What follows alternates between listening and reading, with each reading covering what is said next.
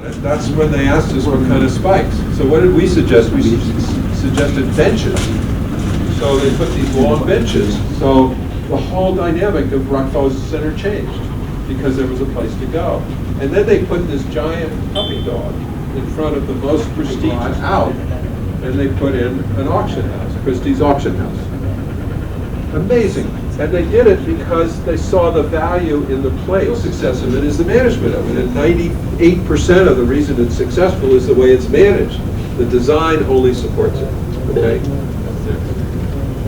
And then Union Square is my favorite place in New York because it's sort of edgy and so the market is 4 days a week, you're around sitting your 10 worst, and your 10 with the biggest opportunity. So we believe that's a way you can get from your citizens. And they're red zones. You know, if I had the images, you would see. But this is what people are proud of: is this Transit Street. But that's not where people say are the best places. They're in the alleyway. And the river is not a good example. It's got reds and yellows. It's not a great riverfront. It's really missing. This is. I don't think Melbourne is a great city. Anywhere near what it could be. That's another story. Yeah. So we've had to work in Detroit. I think we should take a 5-minute break. Yeah. You think so? If you'd like to. Let's just take a 5-minute break. Just stand up and then, because this is all so important, and I'm spending more time than I should. Yeah. But, so you know what's happening here is that you're on your bike. They make eye contact, and the car tells them to go. So the whole thing is this, you have congeniality, you have connections, which is what we all want. Yeah. So what happened, the accident rate during the years prior to this was up there, and then after that it went way down to almost nothing. Yeah. Now, what he did is if you want vehicles to behave like they're in a village, build a village. And essentially what it means is to transfer power and responsibility to the state and individuals and community. It's the same thing we're talking about. See, is how do we get it back? And you can't do this on every street. But I know you can fine-tune streets back to where this experiences have more possibility happening. Okay? So this is a guy who runs our transportation initiative. Amazing guy. He ran all of scope development and planning for the state of New Jersey. He was revered as one of the most professional transportation planners in the world. He's been working in Abu Dhabi and in Brazil. And so we go to this place and we take him out and we put him in the middle of the intersection. Okay? So he goes out there and he stands with this other fellow. And then, so there's a truck coming along. He's just standing there talking, right in the middle of the intersection. And here the truck comes along and goes by. No one honks. He has as much right to that space as a person as a car does or a truck. All right? So, next. So then, well, why don't we just put him in a chair out in the middle of the intersection? Okay? And he's still working. He's still with us. So, but let's get a little bit more realistic. I mean, this is extraordinary. But you see that they turned it upside down. It's upside down. It's no longer thinking about the traffic and the intersection and the lights and all of that. It's thinking about it as a plate. So next. So Buenos Aires, I was there 2 weeks ago, and think of a corner as a square, an intersection as a square. Okay? So you can do this. But then, what we were doing last 2 weeks ago, next, and next, is this. So this intersection in the neighborhood, when we first went through there, no one was sitting outside, and traffic would go through fairly fast. Not too fast, but fairly fast. But then as people started to come, the intersection changed. And go around. And you see all of a sudden, and people aren't just sitting back next to the storefronts, they're sitting right on the edge. I mean, you can literally reach out and touch the car. And the cars start slowing down. Next. And then people will start hanging out right at the corner, even in the street. It's changed. Next. And buses come through. Next. So, in fact, we were right here, right on the street. And everyone was watching the street. It was a whole scene. It was fascinating. Because the cars were not alien objects. They were integrated and connected. You would watch, you'd see their faces, you'd see them looking around. And then what happens is other people start coming. And because they couldn't walk on the street, I mean on the sidewalk, because the sidewalks were so busy, this guy walked right down to the center of the street. And then next. And then this person appeared, a real showman, with his dogs and his bike, and you know, and so you get personalities come, and that just adds to the diversity of that place and makes it more interesting. So people go to places where they're interested, so then this just feeds them. And then they had these bollards, which is exactly the right height, that people would be able to sit on. So even a bollard is a place. It needs to be a place on there. So what if we build our streets as public spaces? There's no bigger issue in your city than that, and in your neighborhood. No bigger issue. Okay? So squares. I'm getting to the end. So you don't have very many squares. So this is the way it was originally. It was a market building. Then it went to this, and then it went to this, and then we did the plan and got it to this. And so now just a few images of how it's come alive, and it now is defined the city. Next.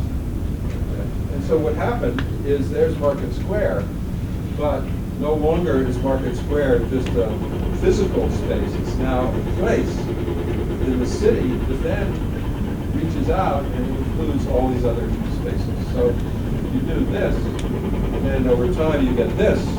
That's the way you can build your city from destination to destination and making those connections. So going back to this, you can see that. So go ahead, next one. So the qualities of the Great Square are about traffic transit and the pedestrian.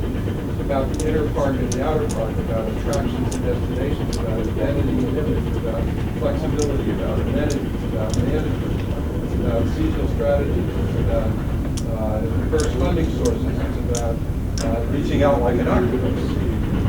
Next. So how do you evaluate a place? So we're going to break it down into access and linkages, activities, and business sociability. So it's about, go back, this is an amazing one. So this is a road now, but in the summertime, they just bring these pots out. They're beautiful. And instead of thinking of this as a road, I bet no one remembers it as a road. They remember it now as a way to connect them to the waterfront. There. And, these are just images to get you thinking, because these are things that go on in good places. And being able to connect the dots. Different ways of doing that.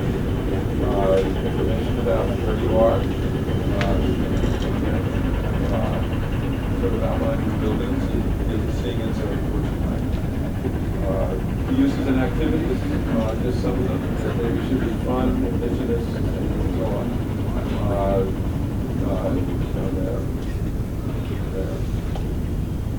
There, go back. We're working at Harvard University on the public spaces, and we think that you can do something like this. You get an upper and a lower and middle level, and you can really get people doing different things. So how do you cluster?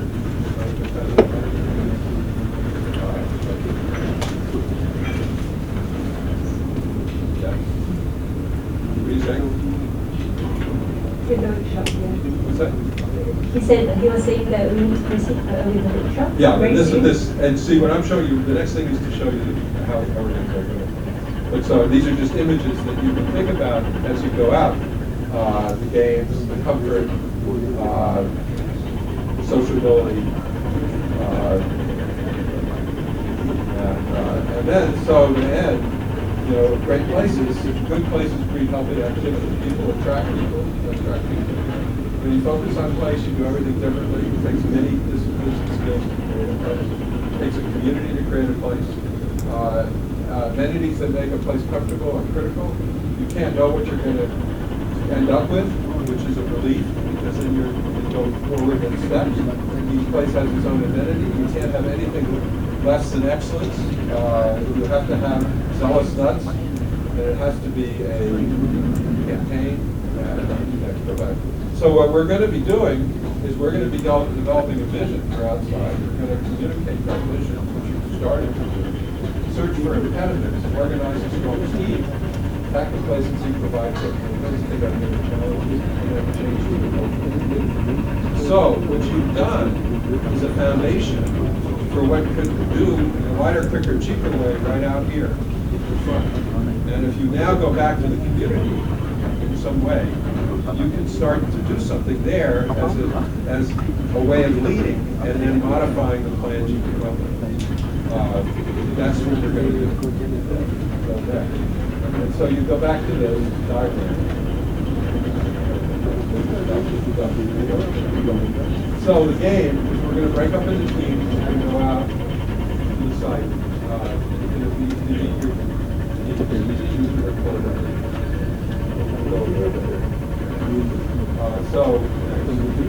So this is the game. You have it already. We're going to do an assessment of your place out there, access and linkage. And so you're going to spend 5 minutes doing this quickly as an individual.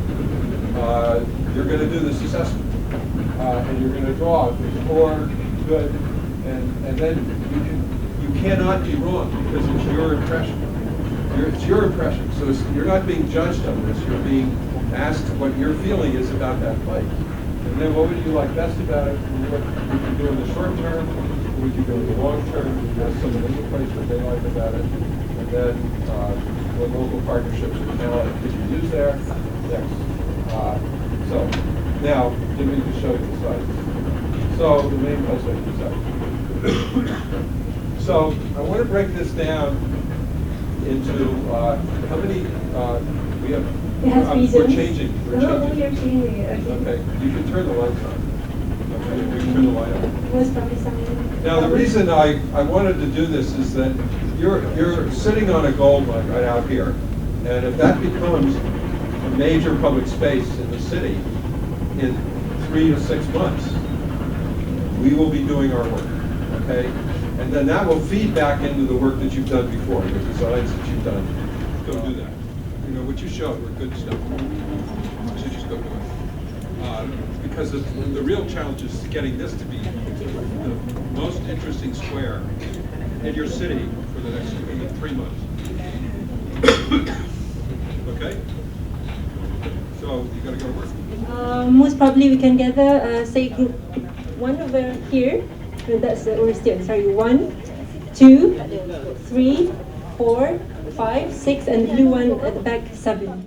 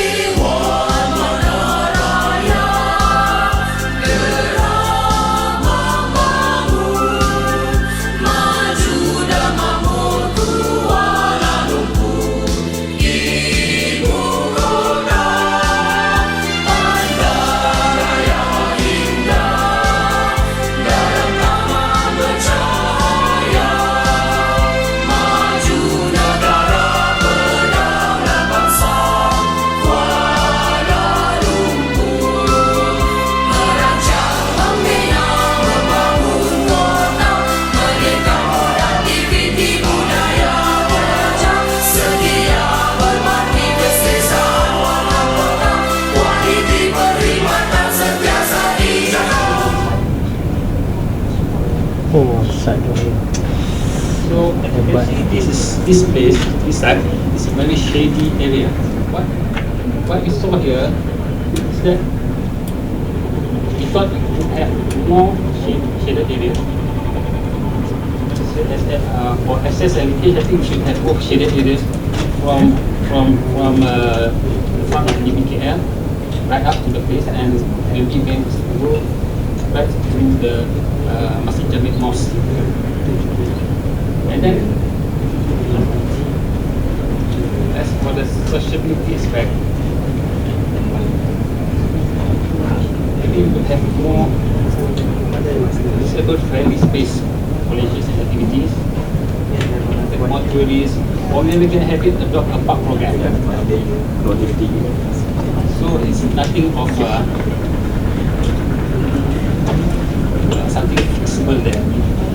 Just can have one touch and go type of thing. So that's what we want to do. And then you have along the river, and literally on both sides, and then you have this space up there, starting to take on a real purpose. And a lot of that's programmed. And you could maybe do a month-long experiment where you could bring in something for that. So let's go on. But thank you. That was good. Thank you. Yes, you are the one, Yeah. the central one, Yeah. with the pattern, the central pattern. Yeah. Okay. Okay. So that's our site. Okay, so we read that place already. For the comfort and image, we give 2, meaning is like this one. Okay. And then for the because of it's very hot there is no trees at all, and in terms of visual is attractive. It's just so open. It's just open space. It's just a space. Okay. And then for the access and cages, we also given 2 because there is no signage to tell that it's dataran DBKL. And then accessibility, there's too many steps to enter the dataran. And then the segregation between the disabled ramps and the steps. So we suggest on the seamless design, everybody can enter the center heart of the square easily. So for the uses and activities, we give 1 because nothing can be done there currently. Right. So no, there is no activities, and then and it's too formal. The setting of the square, especially the middle, is too formal with the flagpole. Define the image of the square that belongs to the DBKL, not to the public. What is outside our origin, and the last one, the local agenda 21 members. Yes. This is one of the also major street with the pedestrian, high density pedestrian. Okay, the last one is one of the this is not only one of the main attraction in Kuala Lumpur because this is where the Kuala Lumpur start. Would also improve the access, especially the back portion, because existing what we have now is quite steep staircase. We have proposed a bumper ramp. And then we go to the next question. Other opinions? Someone maybe ask someone who is the place, what they like about it, what they don't like. Okay, the first thing, we managed to interview a person, and the first thing he said that he does not feel safe to be there, especially when crossing using the internal road, because since that the cars moving in is to go to the parking areas, and the other one is what he likes is place because it is squeezed in between 2 towers. So the scale of the street was like it's like a street in a village.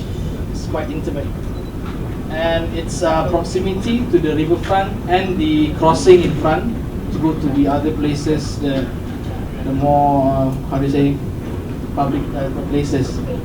Okay, things to improve quickly, like quicker, cheaper, is by improving the wall feature or the facade of the between 2 towers, either wall tiling, changing the colors to make it more vibrant, and also either we can also change the color of the pavement to make it more exciting, make some shelter, and also some shade. It can be in any form, either trees or structures. Changes for the long term, the big impact is, of cause street closure between these two buildings. One of it is, can we open up the riverfront for fishing? So we have this institution here, and at the front of it, place for recreation.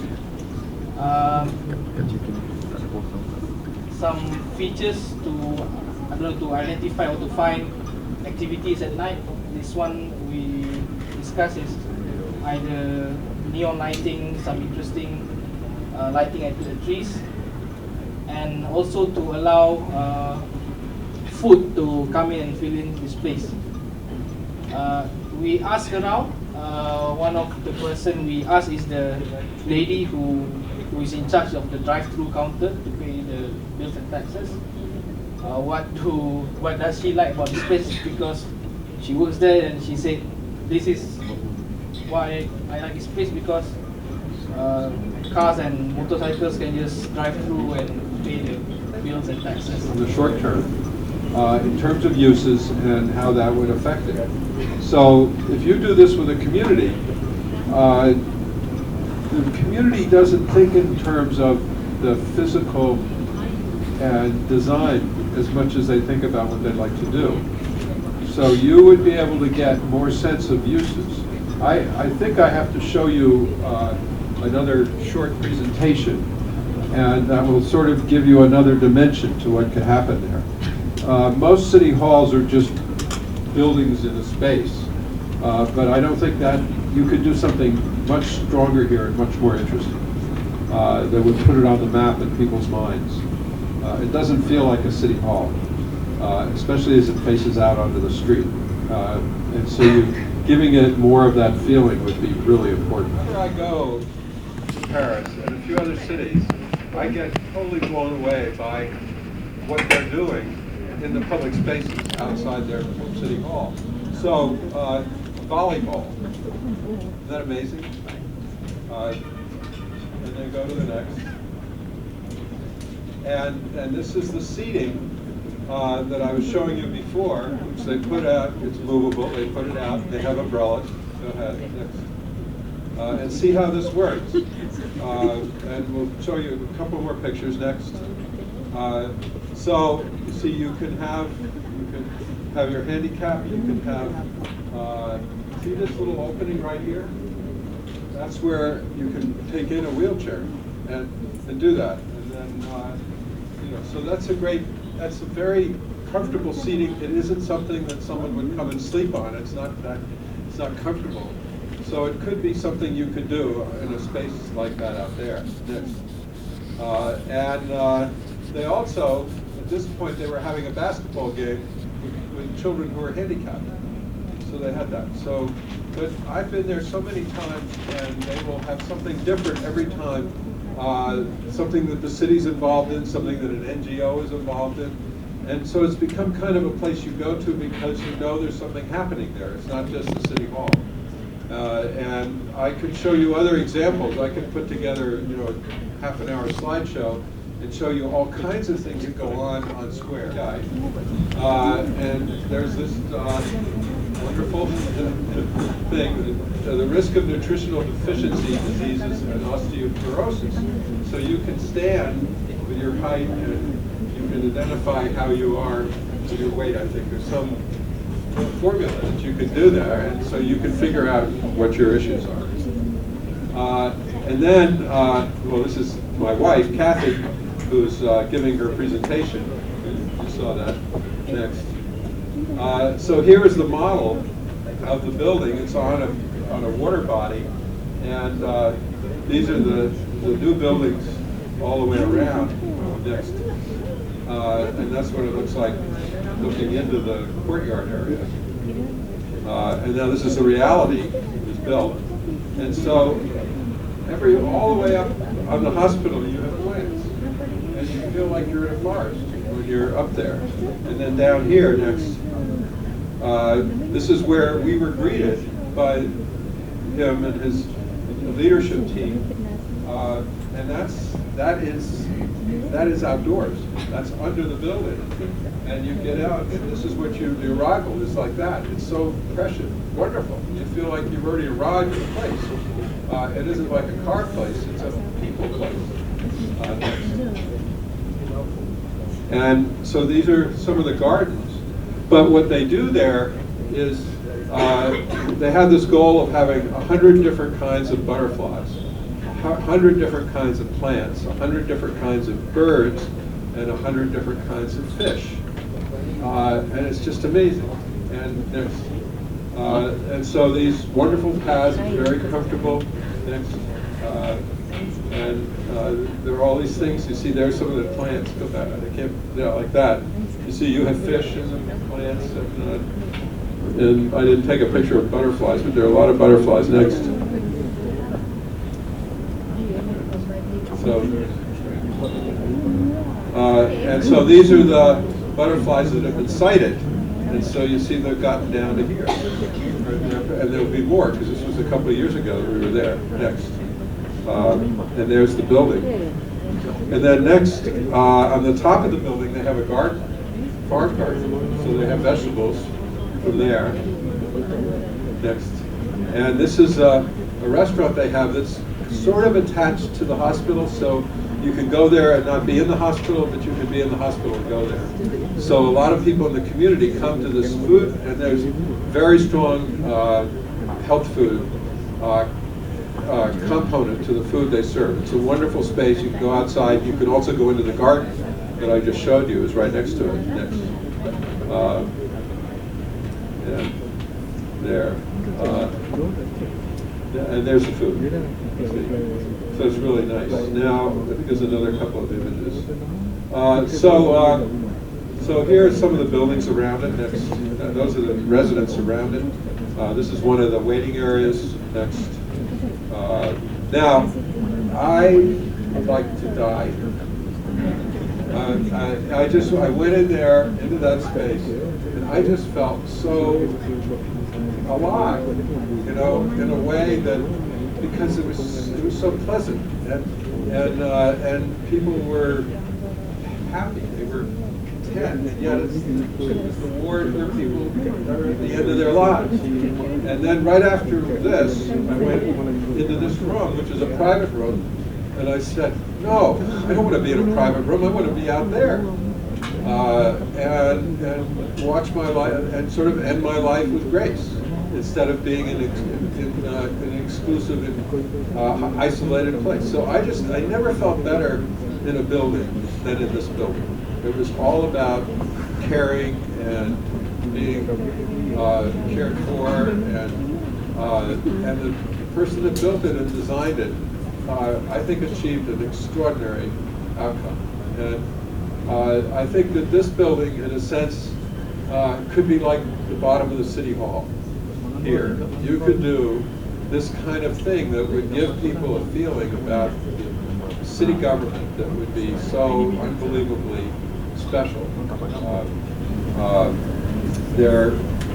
That example of the City Hall in Paris, that sort of opens up all kinds of possibilities. I think what would happen is once you got started, you would find 1,000 things that could happen there. Instead of right now, you may be at 20. You see, and so that's ratcheting it up. That's where to start. And maybe there's a couple of institutions that you want to bring there and do an exhibit to get started. You had your partner, but I think you're going to come up with 1,000 partners. Because like when we worked on Rockefeller Center in New York, we put out and made it comfortable, and then all of a sudden released them to go to the next level, and then all of a sudden people started coming and asking them to do things there. That was there was a tipping point when there was enough going on that then people would ask them. So one day I was going down there and there were all these tuba players. Tuba. I mean, I've never thought that you would have 100 tubas in a public space, all playing. It was actually pretty good. So you get to where you don't have any idea what could possibly happen there, and you'll be surprised that someone out there has that interest. And once that becomes known, then it takes off on its own. So getting it to that point is really critical. But it's not design. It's really programming and management. So, any other questions? So, was this helpful to you? Did this sort of give you some insights? Good, good. Because it was great for me. I really enjoyed it, and I liked, your enthusiasm, and I really liked the way you started out showing that stuff. But I think there's another level that's almost like a foundation for what you can do, and then by starting to do things, you can build on that and see if you might make changes in the design you did. I mean, and I think the waterfront, the riverfront looks nice, but I think it's a lot more dimensions than what was shown. And I wish I had time, because I love working on waterfronts. I've worked on about 70 waterfronts, and I really have seen the best and I've seen the worst. And the best is really amazing. Is thinking, what if all is good there, but when it comes down to the community itself, how do you actually get them to participate and to provide their own input on what they want for themselves? Yeah, so that's a really good question. We used to worry that if we didn't get a lot of people coming to a community meeting, that we weren't doing our job. But we usually do get quite a few people because it's about a place that they have a particular interest in. But what we really started to realize is, if you get 20 people and you come up with 10 ideas and you go do it, that's okay. Because then the next time people are going to say, oh, they want to know what we like to do, and you'll get 30 or 50 people. And that'll be your first step. So not to be afraid of small victories that lead to much bigger ones. And then as people begin to hear about how you're working, you'll gain a whole lot of respect that you are interested in their views. But I would go, you're the least good or the worst of Kuala Lumpur is your roads. And so I would pick, maybe with a process of working with the digital media, that you could come up with 10 opportunities that you could start doing some transformation in some of the roads. Not big transformations, but little ones.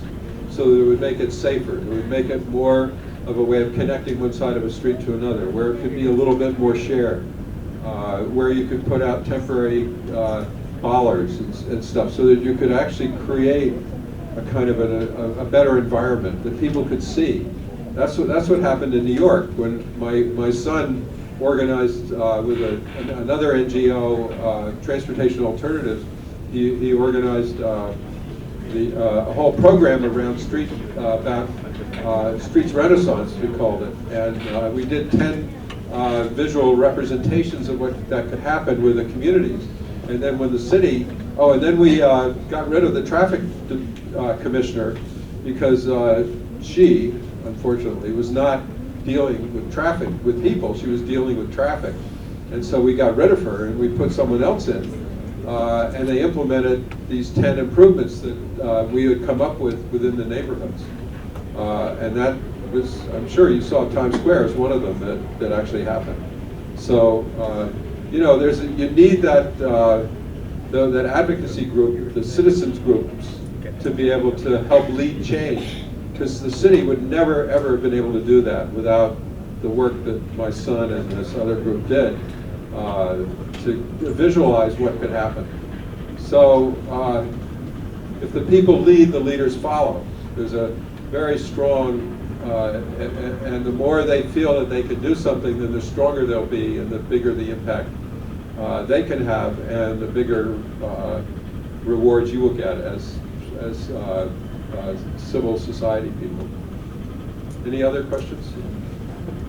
Good question. Okay, anyone else? So I'm going to come back here in 6 months. and I'm going to meet with you, and I want to know what you've done. Okay? Is that fair?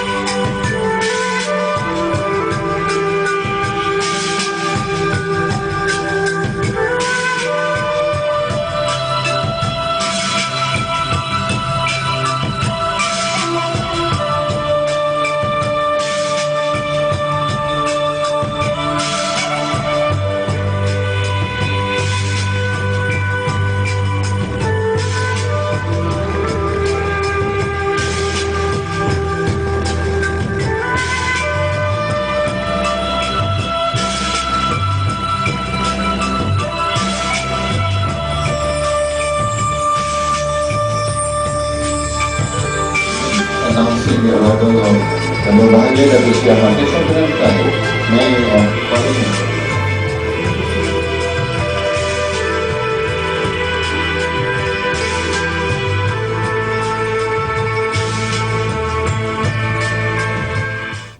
Welcome to the Mayor's Dinner WCSC 2014.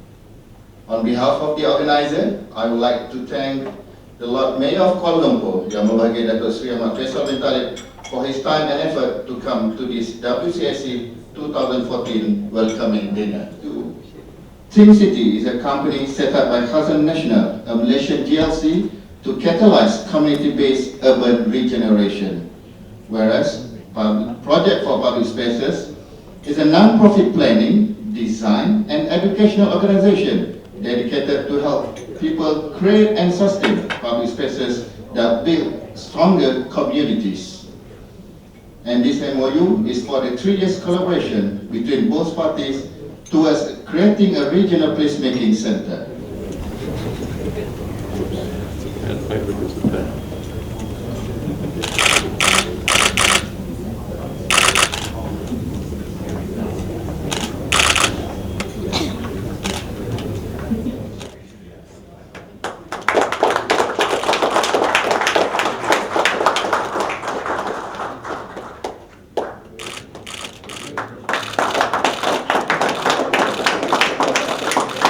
Salam sejahtera and a very good evening to all of you, and welcome to Kuala Lumpur to our guests from overseas.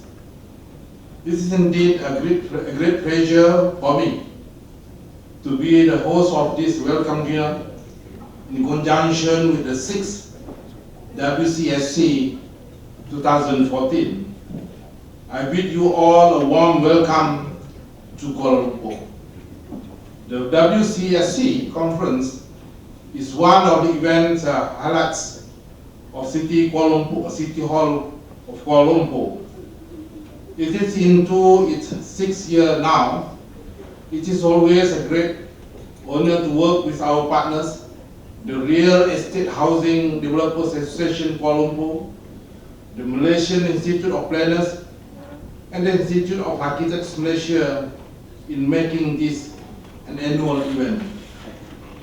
Throughout the years, I have seen the benefit of what this conference brings to us at the City Hall of Kuala Lumpur. We have heard and eventually seen the best practices in city design, development, and management through the participation of eminent speakers and specialists from all over the world. It is more cost-effective to invite these people to Kuala Lumpur than to send loads of my officers to the best city examples throughout the world. Of course, now people are very sensitive about spending money, especially after we increase assessment rate for Kuala Lumpur. That's why must be very cautious about this. So by bringing speakers to Kuala Lumpur, we can save a lot of money. Kuala Lumpur aims to be a world-class city. Ever since 2009, We have learned much on what it takes to be one. There are many challenges for us, from the physical to financial to community engagement and commitment. Our strategy partners have provided us the avenue to learn more that has helped us at City Hall to implement projects that will lead towards a sustainable and healthy city. I do believe the community input is vital towards making our programs successful through the sense of belonging and ownership. I wish all of you a beneficial and fruitful conference tomorrow. Unfortunately, I cannot attend the proceedings as an important matter has turned up that requires my personal attention. However, I would appreciate a report of the conference so that I too may learn more from the experience that will be shared by you and by us. Lastly, I thank you for once again. Without the close cooperation, support and teamwork, the conference would not be realized. For our foreign friends who are here for the first time, please enjoy what Kuala Lumpur has to offer, and I hope that you will also get to see the rest of Malaysia. But at the same time, as a promotion for Kuala Lumpur, please do spend your money in Kuala Lumpur.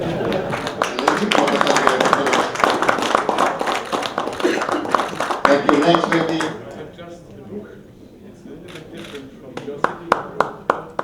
Mr. Keritos, Manager of City Planning, Brisbane.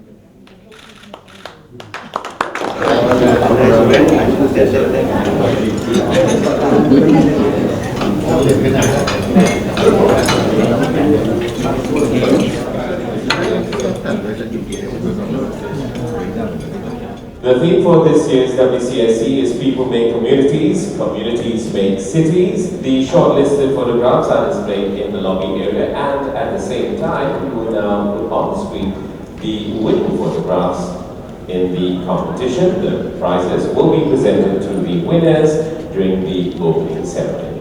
Last year alone, for your information, City of Kuala Lumpur has managed to plant not less than 36,000 trees in the city.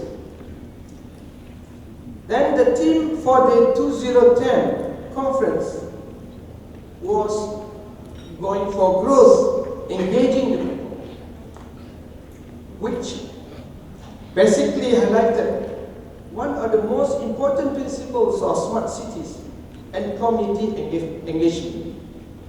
Kuala Lumpur was also focusing on green technology and green buildings in its development, and also pedestrian-friendly city. The presentation of eco-city concept by Curitiba City in Brazil and the walkable cities of Singapore and Hong Kong stirred our interest to learn more from their experiences and challenges.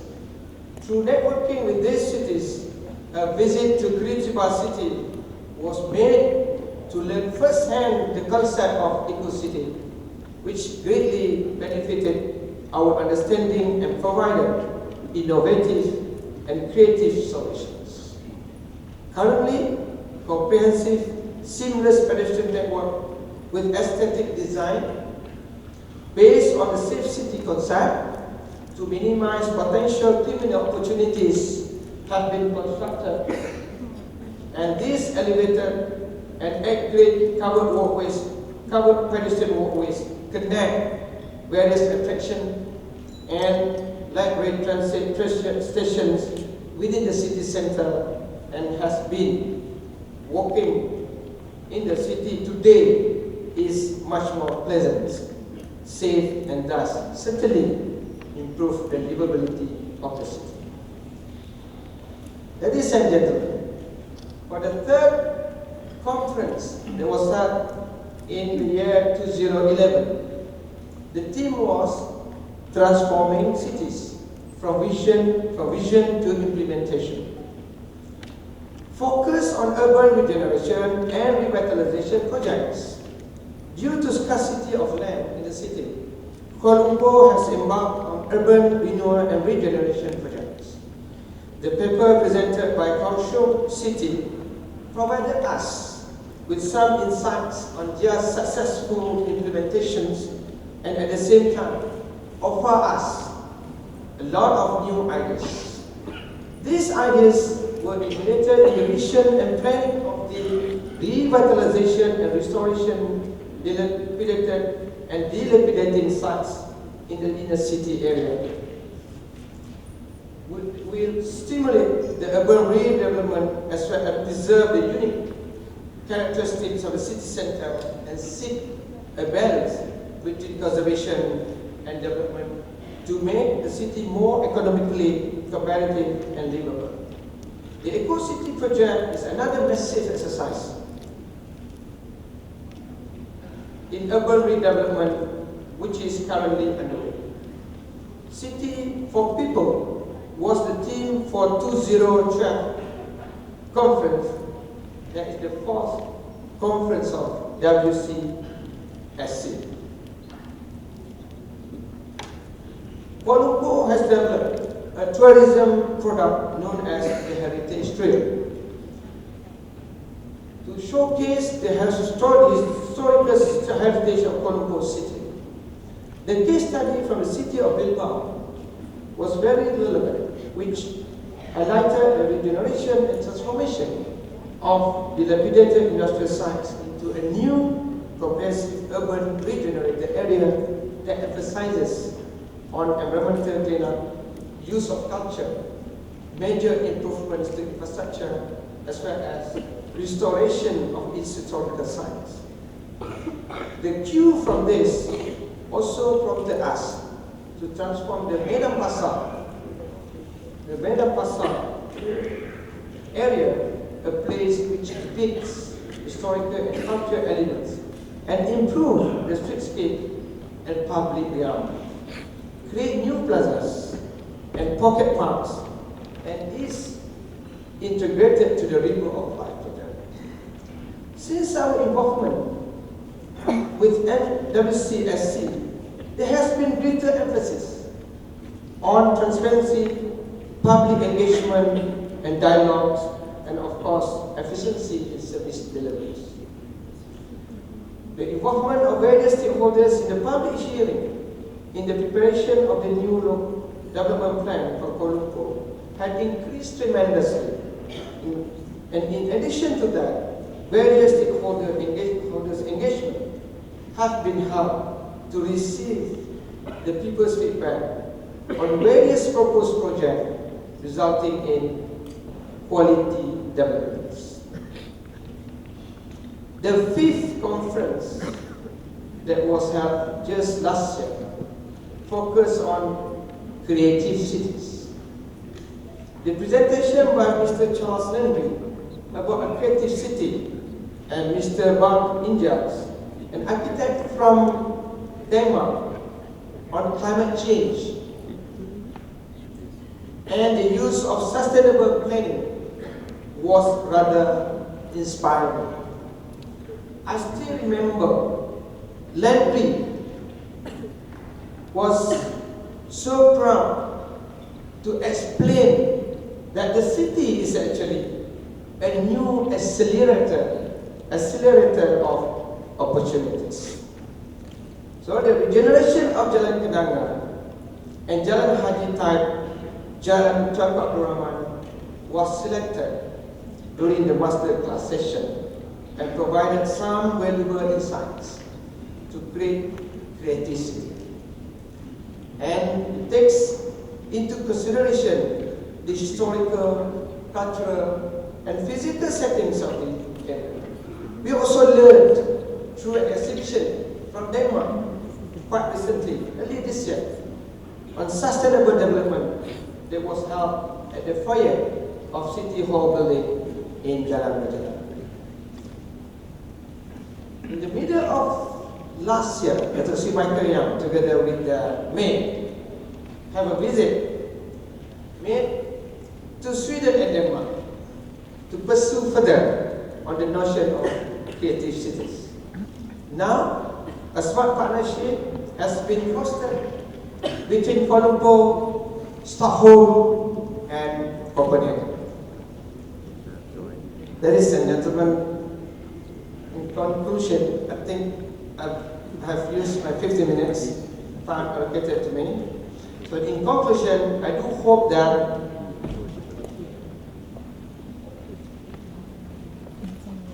you have gained some information from my briefing for you to appreciate part of the lessons learned from the revisit of the past 5 WCSC conferences.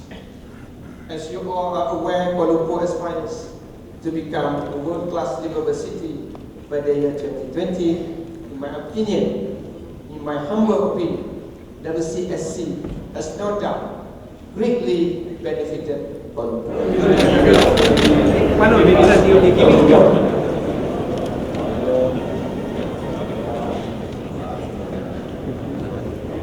Sounds judging Food went first, then you have the information.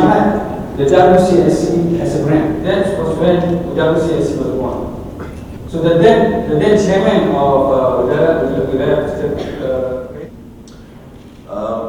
from Tehran to Bogota, from Istanbul to Copenhagen, from Kuala Lumpur to San Francisco, these are wonderful and great cities on the world map, each unique in its own way. Now what I remember most about any city is always the people. It is the people who breathe the soul into the city, make it rich in identity, unforgettable in memory. Nobel Prize winner V.S. Naipaul once remarked that Kuala Lumpur is a soulless city, but today Kuala Lumpur has since proven him wrong. Out of 7 billion people on this planet, close to 4 billion live in city areas. Asia is home to 53% of the world urban population, followed by Europe, 14%, both Latin America and Caribbean at 13% each. And based on this premise, the formidable task to plan, develop, and sustain a city is all-encompassing in nature. The task of which cannot be executed in isolation. Therefore, I'm thankful to be here this morning among you, the experts in urban planning, urban management, urban development. As we speak, our contemporaries at United Nations Assembly in New York are deliberating about sustainable cities and communities in context of achieving development goals. We hope to hear positive inputs from them, and my current job as Minister of Housing and Urban Wellbeing and Local Government could do more with constructive ideas and suggestions for improvement from them as well as from you, all of you today at this conference. The chosen theme for this conference, People Make Communities and Communities Make Cities, is reflective of what we do in the realm of urban well-being and its communities. As a fellow signatory of Agenda 21 and Rio +20 update, we continue to support Sustainable Development Goals, SDGs, an effort in which it takes that sustainable cities should be inclusive, resilient, and connected at the same time. After all, we as part of society's fabric must consistently find solutions and new dimensions towards better living in the city. What are cities if not for the people who live in them?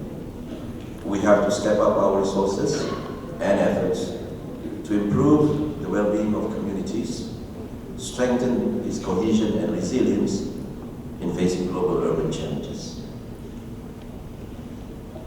In the past few decades, the world has seen substantial urban drift due to propulsive economic activity in city areas. In simple mathematics, over half of the world population now live in urban areas. Even at home, here in Malaysia, over 71% of all population live in urban areas. And this rapid urbanization represents both opportunities and risk at the same time. It also brings enormous challenge to maintain and improve human well-being in homogeneous society. Ladies and gentlemen, let me be frank and tell you a little bit about my ministry.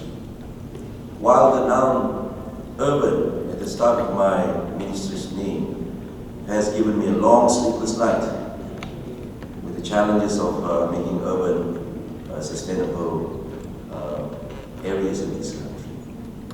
Fortunately, the word well-being in my minister's name denotes a contented state of being happy, healthy, and prosperous.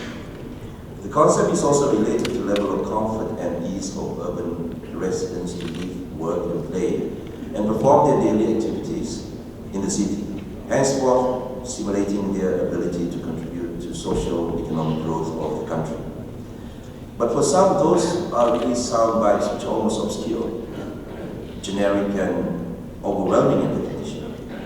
Overwhelming in the sense that urban well-being is much more than mere definition. Insofar as my ministry is concerned, our urban well-being scope often lapses with the role from that of other ministries.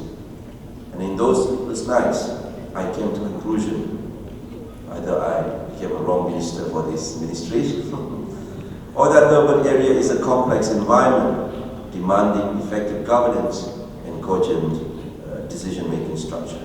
Therefore, working with local communities is the only way for us to achieve the desired goal of sustainable urban development. Local government, too, which falls under the purview of my ministry, must work hand in hand with local communities to raise awareness and commitment level in building this nation. To reach out to all levels of society, recently we introduced the setting up of Jabatan or the Community Representative Committee, partnering with local communities to seek important touch points affecting our city life. To gloss over our existing initiative, Sustainable Development Local Agenda 21 also encourages the involvement of the whole community through broad collaborative approach, guided and facilitated by local authority. The same effort requires the provision of information, public consultation and feedback, smart partnership among the local authorities, business and communities, and continuous monitoring progress. At this juncture, as we all know, it is the sense of belonging in the community that plays the pivotal role in keeping harmony within the society. The feeling of being associated to one another, togetherness and cooperation, those will shape the most ideal living condition for you and me for generations to come. Ladies and gentlemen, several studies have shown that there is a correlation between well-being and environment.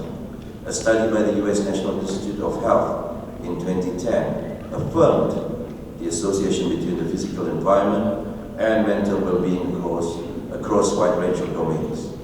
Elsewhere, researchers found density in the community, presence and size of parks, land use mix, height and size of residential structures, and how roads are laid out do affect people's physical health and psychological well-being. In fact, major diseases plaguing the US population today, from psychological distress to heart ailment to diabetes, have significant environmental causes. Land use planning, such as zoning, often influences community attributes like soil contamination, the safety of water supply, traffic density, and much more. Now, closer to home, we have our own well-being and happiness indicators that reflect some of the earlier mentioned well-being issues. And equally as important is the role of National Physical Planning Council, chaired by the Prime Minister. My ministry is the Secretariat. The National Physical Planning Council responsible for the assessment of open spaces in the country. So to intensify the effort, the Ministry and Urban Wellbeing, Housing and Local Government will launch Healthy Cities Program, aimed to support healthier living for urban communities. And to this end, I urge planners, architects, engineers and developers to plan, design, build and manage our city with health and well-being of rakyat as superseding factors. I believe in innovation and new ideas, and the only way to inflame the birth of idea is by way of research. To encourage research in depth towards better urban well-being planning, I launched the Ministry's Center of Excellence on 12th of June this year. This center, the Center of Excellence for Urban Wellbeing, provides services in urban methodologies, creative urban solutions, and management through innovative research, supported by urban database and empirical evidence. It is also a platform where academicians, non-governmental organizations, and professionals will exchange ideas, organize seminars, and invent new ways on how to make cities more livable. Ladies and gentlemen, recently, in one of the meetings that I attended, the National Blue Ocean Strategy, chaired by the Prime Minister, he was talking about the youth city, which is a very interesting concept, where he proposes to have cities solely or dedicated solely for taking care of the needs and wants of the younger generation of this country. And it's a very interesting concept which is going to be developed soon. I had an early morning meeting about this youth city with the Malaysian Blue Ocean Strategy Institute this morning. And one of the things is that what the Prime Minister wanted was this. He wants to have a city which caters for the needs and objectives of the young people. That means cheap accommodation, housing, perhaps smaller size houses, and activities which are really related to the lifestyle of the young. It could also be a city where innovation is where it is supposed to grow and germinate. So it's at its very infancy, but I would like to have the architects and planners in this room to contribute and give ideas to the Prime Minister through my ministry on how to develop this concept of youth city. One of the cities that they were talking about, I don't want to mention it, otherwise the price will go up, the land price will go up, speculation and all that. But these are cities which have been somewhat sidelined by the major highways around this country. So people will not exit the highway and go to these small towns in the fringes of KL or Jabatan. So we probably be choosing one or two, and perhaps creating areas from scratch. And I like to invite developers as well to come up with ideas on how to develop these cities, perhaps beginning with small development surrounding the needs of the young. You may have universities there, Institute of Higher Learning, plus whatever is it that the young would like to have. Maybe some cafes and frisco type stuff, dining and whatnot. So this is just at its infancy. We are developing this idea, and no better persons to help us out better than you guys in this room who are really experts in planning, the architects, the planners and whatnot. So we welcome you to speak to our Dr. Dalia is here, my Director General. She's also in the council when this announced, when this idea was announced by the Prime Minister. So in a broader sense, we need to consistently promote environmental sustainability, social cohesion, economic resilience, cultural and heritage preservation, technological innovation, and effective urban governance. And living through the program and topics to be discussed in this conference, I call upon all of you to put into practice what we have learned today in the name of sustainable city living. What we want to avoid is banal, robotic city living. What we want to create is an atmosphere that that is not only stimulating, but forgiving at the end of our long day in the office. True, many cities could not hold a candle to the historical destination, the likes of Rome and Athens, but our history to make sustainable city living can begin today at this conference. So I end my note with a phrase from Plato, who said, "This city is what it is because our citizens are what they are." Congratulations to the organizing committee, the sponsors in the Kuala Lumpur City Hall for making this conference a reality. And I'm very honored to be invited. I love the way the kata-kata Irwan was presented just now. It was like someone was saying something like an Apple iPhone 6 type of presentation. And I would like to hear more. I've asked my office to stay back until the end of this conference so that they can inform me and tell me what are the things that have been discussed here that we can adopt within the jurisdiction of my ministry. So I have a lot of friends here, among the familiar faces. I mean, I thank you. Thank you very much, Yang Berhormat. Kita akan menghormatkan Julian.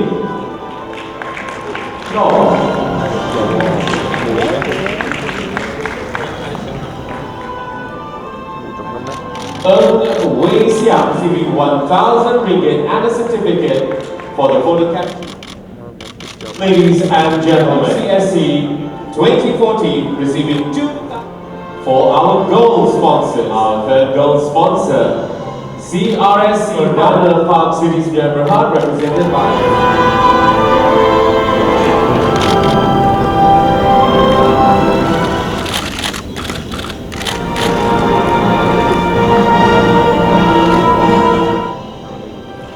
Mr. Carrigan.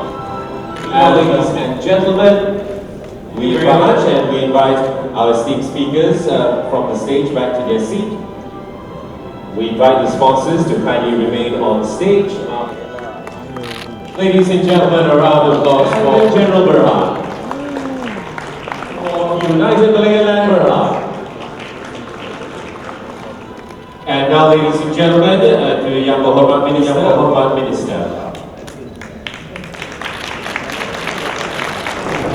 This is